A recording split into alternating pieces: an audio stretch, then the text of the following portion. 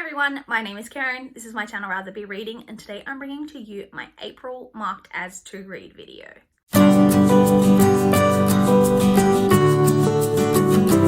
So my marked as to read videos, in case you're new here, is a series of videos that I do each month where I talk about all of the books that I heard about over that past month and was inspired to mark as to read on Goodreads. So I talk about what the book is, what it's about, where I heard about it, all of those fun things. So let's jump straight in and talk about all of the books that I marked as to read in April. I marked a total of 14 books, which is a pretty healthy number as to read in April. So the very first one that I marked as to read is The Familiar Dark by Amy Engel. So this is one that I actually saw on a Goodreads blog post of just like upcoming books hitting shelves over the coming week.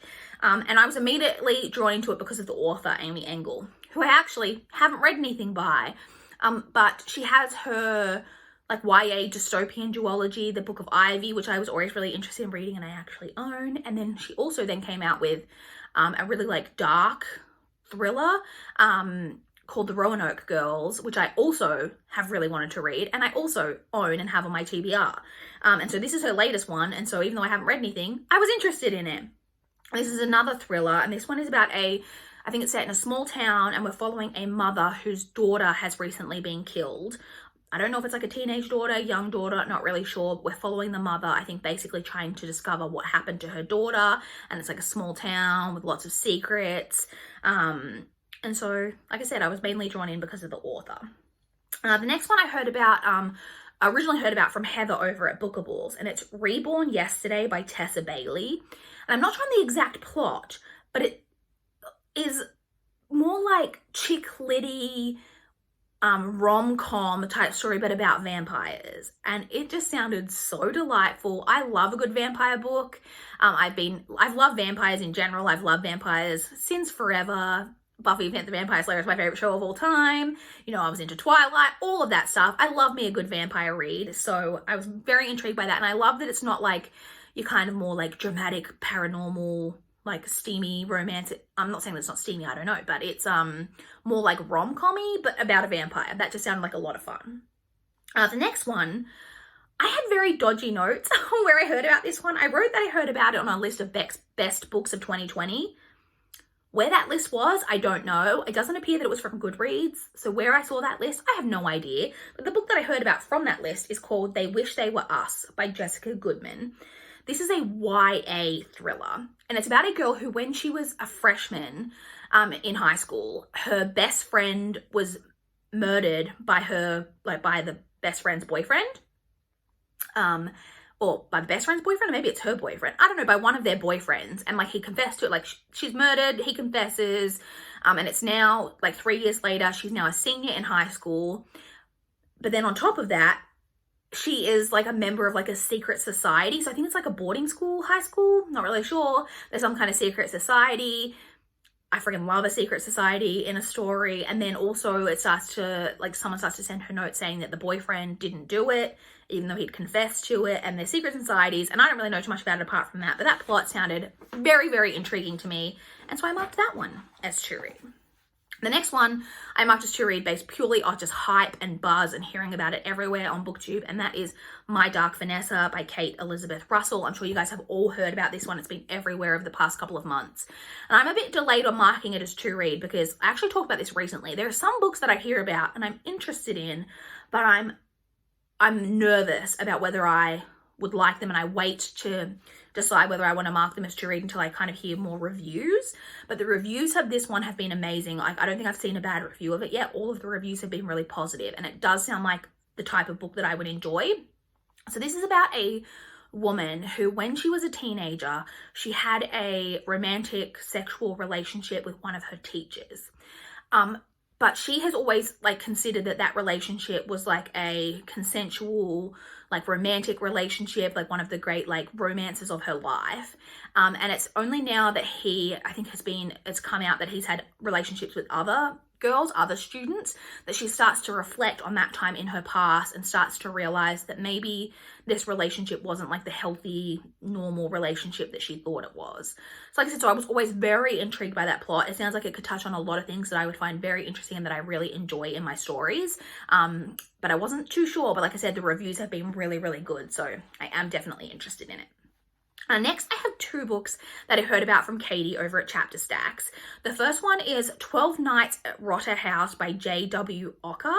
This is a horror, and it's about a travel writer, but he's like a travel writer who travels around and stays in like haunted houses, like places like that, and then writes travel books about it, which that I would read those books. That sounds fantastic. And then he strikes up a deal to stay 13 nights in this house, Rotter House, which is like, you know, one of the most haunted houses to ever exist. And he has a bunch of rules for when he undertakes these like journeys to stay in these houses. Like he can't leave. He's got to like have all his supplies there, so he never leaves, spends all the nights there, has minimal contact with the outside world. And I think one of his friends goes with him, so it's like him and a friend staying in this super haunted house. That is enough for me. I love a good haunted house story. The next one that I heard about from Katie is Our Kind of Cruelty by Araminta Hall. Now, I'm not going to lie, I'm pretty sure I've heard about this before, but I was always, you know, I don't know if this happens to anyone else. Occasionally I get 2 books that are kind of similar in some way. Maybe it's covers or whatever, I don't know, that you get them kind of interlinked in your mind, and whenever anyone talks about them, I think it's the same book, and then I realized that this is not a book that I can't even remember what that book is, that I got it confused with, but I realized that no, I had heard about this and been interested in it, and I'd never marked it as to read. And Katie was talking about it. And so this one is a thriller, and it just sounds very intriguing. It's about a couple who play some kind of like weird psychological games with each other. And at the time that we're following it though, we're not sure if what's going on in the current situation is a game. So the guy keeps pursuing the girl, and she's saying that she's not interested, and like there's weird stuff going on with that, but he thinks it's all part of the game. And I think a big part of the story is like, is it a game because they do weird twisted stuff, or is it just him being a stalker? I'm not really sure. I think that's a lot of what the plot has to do with that. That sounds very intriguing. The next one I marked as to read is another one that I marked as to read based purely kind of off BookTube hype, and that is The Guest List by Lucy Foley. So again, when I very first heard about this, I was like, oh yeah, it does sound interesting, but I wasn't super interested in it originally. It's the kind of book that if I'd come across it, like if someone said, oh, here, read this, I'd go, okay, cool, and I'd read it, but I wasn't going to like seek it out originally, because I read The Hunting Party by Lucy Foley, I think last year, which was also quite like, well, maybe not as hyped, but I'd heard a few people like talk about it, and I had that one from NetGalley and I read it and I didn't love it. Like it was okay. It was like a 3.5 star read, nothing amazing. So when this one came out and people were talking about it, I was like, I don't know. But then every review that I've seen of this, people have been raving about it, and it does sound like one of my ideal type of thrillers. It is set, I think, on an island off the coast of Ireland. And it's about a wedding, obviously, and it's about someone is murdered at this wedding, and you don't know who's been murdered, but you're obviously, all of the wedding guests are suspects, and it's like, you know, a small group of people, one of them's done it, one of them's been murdered. I love that type of thing. Like I said, I was just a bit wary because that is a similar, not unsimilar to the plot of The Hunting Party by Lucy Foley, which I didn't end up loving, but like I say, the reviews of this have been really good, and I do love a book set on an island, particularly, like I've said, in thrillery in settings, so I am interested, and I decided to mark it as to read. The next one I heard about was from another one of those Goodreads blog posts, which is just about like books hitting shelves over the upcoming week, and that one is Pretty Things by Janelle Brown. So this one is a thriller. And so the synopsis, like, does intrigue me. It's about a girl who's like a con artist, and she's got a boyfriend, and they're just kind of like people who like con people and just kind of get by like scamming things wherever they can. And it's about them, and then also we're also following an heiress, and they somehow team up, I think, to go on this like a big con, and then it's all about like the twists and turns of that. And that plot was like vaguely intriguing, but the thing that intrigues me the most about it is that plot basically sounds like a modern day Fingersmith by Sarah Waters. And that is one of, I freaking love Fingersmith by Sarah Waters. And when I read this plot, I was like, this is giving me real Fingersmith vibes. And so that was enough. The fact that it was giving me Fingersmith vibes, I had to mark that one as to read. The next one I marked as to read, again, kind of, not like hype, it's not huge, but I've seen quite a few of the, I've seen quite a few people talk about it, like 3 or 4 different people talk about it, and I've been intrigued about it, and that is Desperate Measures by Katie Robert. So it's not this book in particular, they've been talking about this series. This is a, what is the fairy tale? I just literally forgot the phrase fairy tale. It is a fairy tale retelling series, romance series, but they're like very like smutty, sexy romances. From what I understand, I've heard really good things about this series, like from several different people lately, and I'm very intrigued about it. This first one, I've marked the first one in the series. This first one is a Jasmine Jafar romance, from what I understand, and I'm very interested. So I just thought they would be a good, fun time to read, so I marked that as to read. And then the next one is another romance. This one I heard about specifically from Riley Marie, and that's The House in the Cerulean Sea by TJ Klune. So I think this one, again, is fantasy romance. And it's funny because I don't think I've really read much fantasy romance. I've read fantasy and I've read romance, and I've read like fantasy that has like, you know, some romance in it, but it's not about the romance.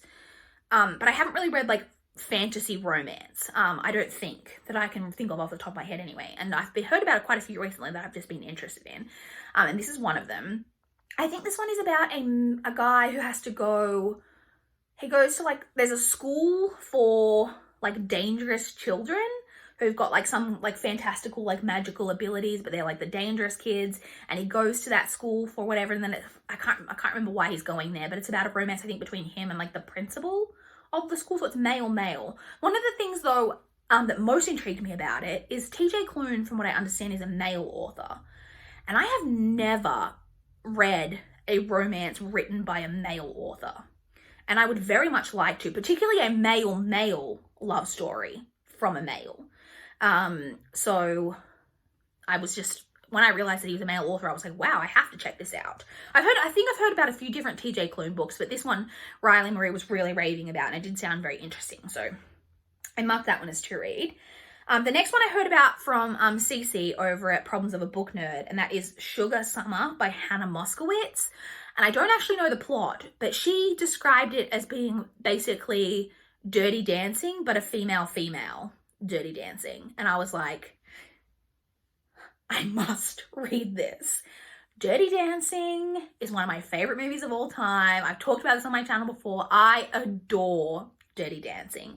It's one of those movies that I have watched about 1,000,000 times, and I could watch it 1,000,000 more. There's never a time if someone said, do you want to watch Dirty Dancing? Then I'd be like, not in the mood. Never going to happen. I'm always going to be in the mood. And the fact that this is like a female version, I'm very interested in. Very, very excited about that one. The next one is a book that I heard about from Simon over at Savage Reads, and that is The Bass Rock by Evie Wild.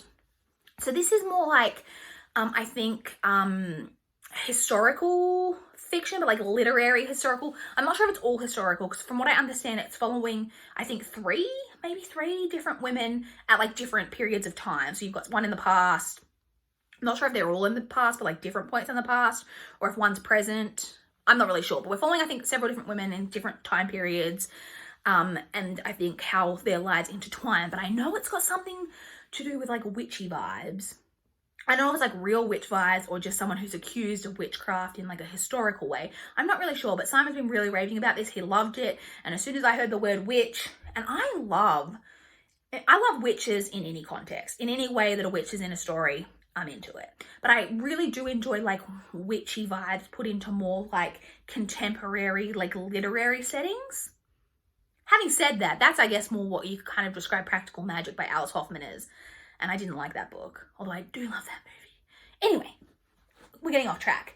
The next book that I marked as to read was based off the author. You guys saw, maybe saw that I recently read An Enchantment of Ravens by Margaret Rogerson. And while I liked that book well enough, I didn't love it.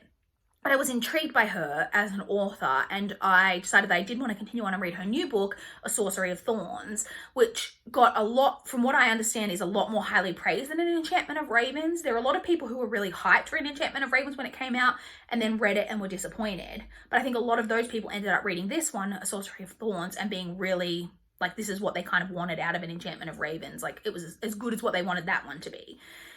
Again, not clear on what the actual plot is, but I know it's got something to do with some kind of magical library, which is, that's ticking my boxes. Like I said, and I did enjoy An Enchantment of Ravens, and I think this one's going to be even better than that. So I just have marked that one as to read. And then the final book that I marked as to read is one that I've heard a few different people like mention. And then Chloe from Always Books was talking to me about it, and I definitely want to check it out. And it's The Dream Daughter by Diane Chamberlain.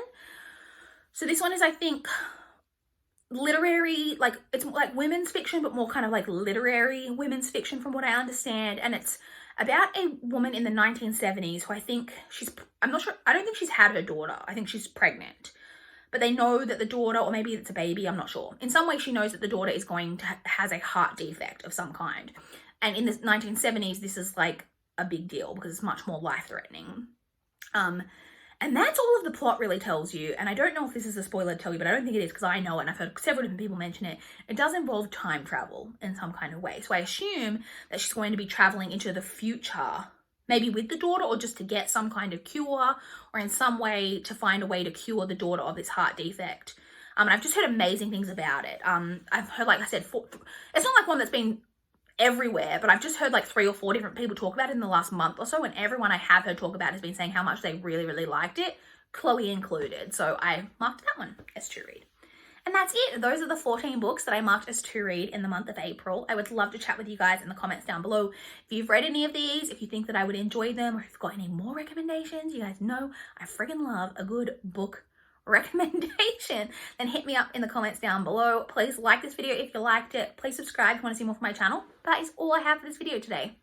Bye guys.